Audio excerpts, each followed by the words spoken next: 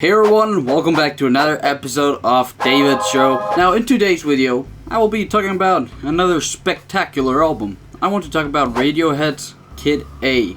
Now let's go back to about 1998. Thom Yorke had just finished touring for his band's album OK Computer. This album got Radiohead really popular, and on this tour, he dealt with a lot of fucking anxiety. Him being frustrated, isolated himself and started writing new music on the piano. Thom wanted to try something new for the next album, so when the band started rehearsing for Kid A, they had synths, computers, loopers, and other sorts of instruments that they didn't even know how to use, as well as a drum machine. So after a while of practicing and trying new things, Radiohead come out with Kid A in the year 2000.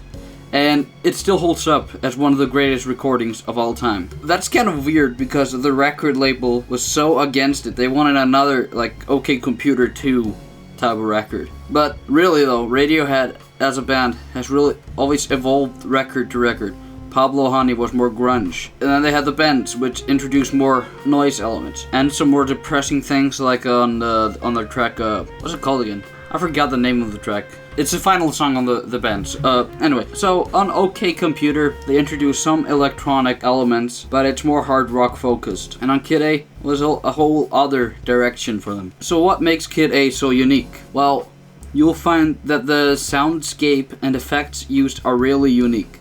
Starting with the song Everything in Its Right Place, you'll hear our drum machine, electronic piano, and reversed vocal lines from Thom Yorke, and weird phrases. There's also some jazz influence on this album, especially on the national anthem. So that said, the music is really unique and odd, and it's a breath of fresh air from what Radiohead did before this album. And I'd like to name a few of my favorite songs on this album. We have In Limbo, Idiotech, the national anthem, and How to Disappear Completely. Talking about How to Disappear Completely, let's get into the lyrics on this album. There isn't a whole lot of lyrics on any of the songs, but those few who do are amazing. Like In Limbo, which seems to focus on depression with phrases like I'm lost at sea, don't bother me, or I spiral down. And How to Disappear Completely is written about how someone told Thom Yorke to just say to himself when nervous on stage, I'm not here, this isn't happening. That phrase is in the chorus of that song. That said, Kid A is a fantastic record with an amazing selection of songs ranged from electronic,